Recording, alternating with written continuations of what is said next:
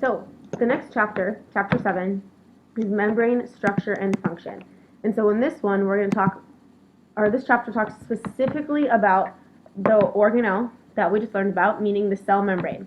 We've talked a lot about the cell membrane already, and a lot about membranes in general when it comes to the endomembrane system and things like that. So we're going to talk about the structure of the membrane, which is pertains to all of the membrane-bound organelles, and talk about what roles the cell membrane plays inside of the cell. So the plasma membrane is the boundary that separates the living cell from its surroundings. So this is really important. It's what makes a cell. It's like if you try to have a balloon without the rubber part of the balloon, then it's just air. It's just the rest of the world, right? So the cell membrane is what actually keeps everything inside the cell together. And the cell membrane is what we call selectively permeable. Selective meaning chooses some things and not others, so it picks what it wants to pass. And permeable meaning things can get through it. So some things can get through the cell membrane and other things cannot, which is really important because we don't want all toxins inside of our cells and all the good stuff outside. We want to be able to get the toxins out and get the good stuff in. So it's really important that it's selectively permeable. I don't know what that picture is. Okay, so the first section is about the structure of the cell membrane and the fluid mosaic model. So when we talk about the cell membrane and how it's set up, we will talk a lot about the fluid mosaic model. And so the basic structure of a cell membrane is that they're made of a phospholipid bilayer. So think back to our phospholipids from chapter 5. So here we have our two fatty acid tails. There's a glycerol in the middle right there. And then there's a phosphate group at the end. So this is a phospholipid. Remember that this part is hydrophilic and this part is hydrophobic. So they form this bilayer where all of the hydrophobic tails are pointing inward. That way they don't have to face the water, which is outside, both inside and outside of the cell. Keeps them inward. And they have their hydrophilic head, which is the phosphate part of the phospholipid. Because remember, phosphates, they have a little charge on them. So if there's a charge on it, then it's going to react with the polar water molecules. See how the water molecules are all forming around here? So that allows it to interact better with the water. And so it's really important that we have both the hydrophobic and the hydrophilic aspect of the cell membrane because we need to be able to keep the water on either side out. So it's perfect structure fitting function that there's a both hydrophobic and hydrophilic aspect of the cell membrane, and that the hydrophobic sides can hide in the middle away from the water and prevent the cell from basically dissolving into the inside and outside of the cell. We call these phospholipids amphipathic because they have both a hydrophobic and a hydrophilic region, like we just talked about. And so the fluid mosaic model means that, well, it has two words in it, fluid and mosaic. Fluid means that it's always moving. So they're not stuck in one spot. The cell membrane is not a structure that does not change. It's very, very capable of moving, just like inside of my water glass, there's water, and it moves all the time. That's what a cell membrane is like. It's always changing. And it's a mosaic, like any mosaic painting or artwork you might see. It's made up of a lot of different parts that come together into a whole. So it's important to understand what the fluid mosaic model means. From hundreds of years ago, people were always trying to figure out what the cell membrane was made up of because they knew it had to be something pretty crazy to keep the water outside and inside of the cell. So,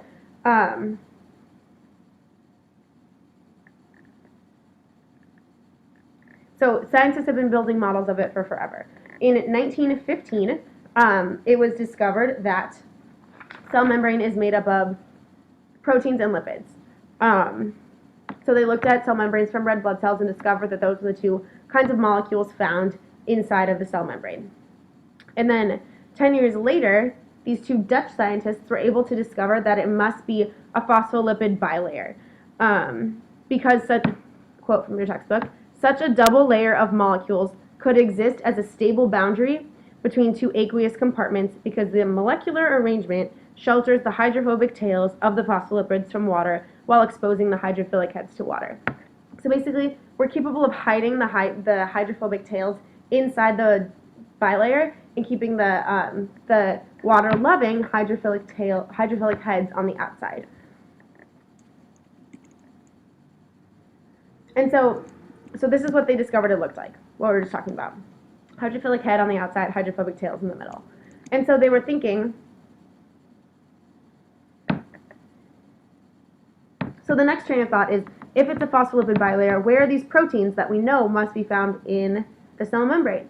And so these two scientists, Hugh Davison and James Danieli, realized that maybe the phospholipid bilayer is in the middle and then the proteins are on either side. So that would be as if we had proteins all coating the two hydrophilic head regions. So sandwiched in the middle are the phospholipids, and on the outside are the proteins. And the first use of an electron microscope supported this theory, but then as time went on, they came up with a couple of problems as to why this probably didn't make sense. So by 1960, they had a couple of problems. The first one was that membranes with different functions and have different structures and chemical compositions. So it couldn't all be the same, because they had discovered that different proteins or different membranes were structured differently. So there's no way they could all be the same. But the biggest problem was that membrane proteins are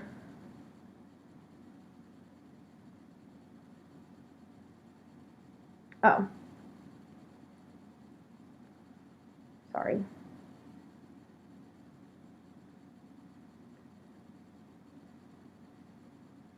So they finally discovered that all these membrane proteins, so the proteins that are interacting in the cell membrane, are also amphipathic, meaning that they have a hydrophobic and a hydrophilic region.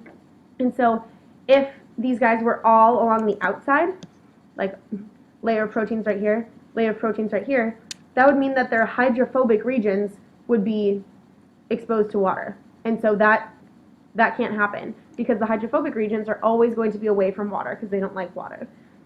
And so finally, in 1972, these two scientists named Singer and Nicholson suggested that maybe proteins are inside of the membrane. And so that way their hydrophobic regions are inside the hydrophobic region of the membrane, and their hydrophilic regions are outside touching the water, just like this.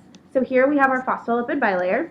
Here are the hydrophobic tails hiding from the water from inside and outside of the cell.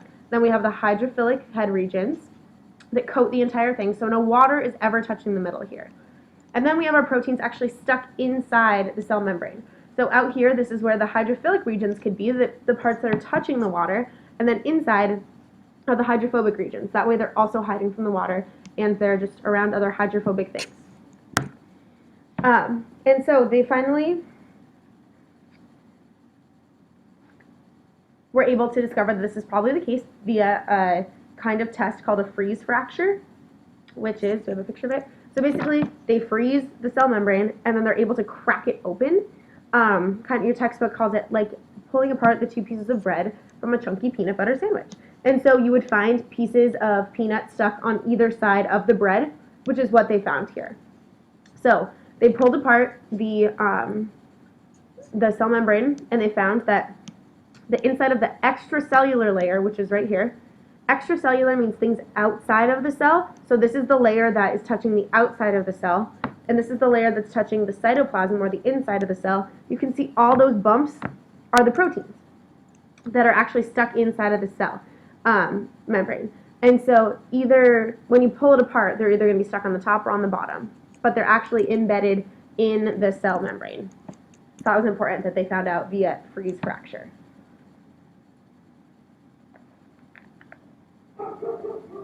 So before we move on to the fluidity of membranes, it's important to notice that we have all these models, and then they keep getting changed into newer models. And so it's not that we're abandoning our old thoughts on what's happening, but more that we're building on them. So the first study that ever found out that we had proteins and lipids, it was important that we started there. So we're not just throwing out old models as we're going along. So the current model that's accepted is the fluid mosaic model, but there's continually research being done on it, and it's kind of starting to come out that maybe the cell membrane is a little more mosaic than fluid. So it's not moving as much as maybe we thought it was. But let's talk about the fluidity of these cell membranes. And so the cell membrane, like we said, is not a static sheet of molecules that are held together. They're constantly moving around. So they're held together by the hydrophobic interactions by the fatty acid tails, which are much weaker than covalent bonds. So they're very much able to move all the time. Most lipids and some of the proteins can move side to side laterally within the cell membrane, but these phospholipids never really flip-flop from the top layer to the bottom. That happens very, very, very rarely. They're able to move laterally very quickly. They swap places 10 to the 7th times a second. For a minute. 10 to the 7th times a second. So that's a million. One with 7 zeros after it. 10 million times a second is how many times they will flip with another phospholipid. But they only switch from the top to the bottom layer about once a month. That's how rare that happens, because the hydrophobic tails are hard to get past the hydrophilic head. So, I have a picture. So here, these guys flip all the time, 10 to the 7th times a second. This one, flipping from top to bottom, only happens about once a month, because this hydrophilic head would have to go through all these hydrophobic tails, and they don't want to do that. Hydrophilic likes to be with hydrophilic, hydrophobic likes to be with hydrophobic, and they don't like to interact. The proteins are also capable of moving. So here we see an image of a lot of proteins stuck in a cell membrane. The proteins can also move, but they move much slower and usually in a very specific like they move with purpose, not just floating around like the lipids do. But some of them actually seem to be anchored in one spot inside the cell membrane.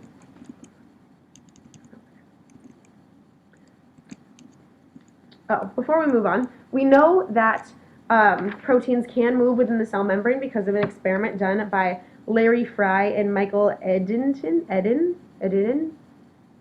is on page 128 in your textbook.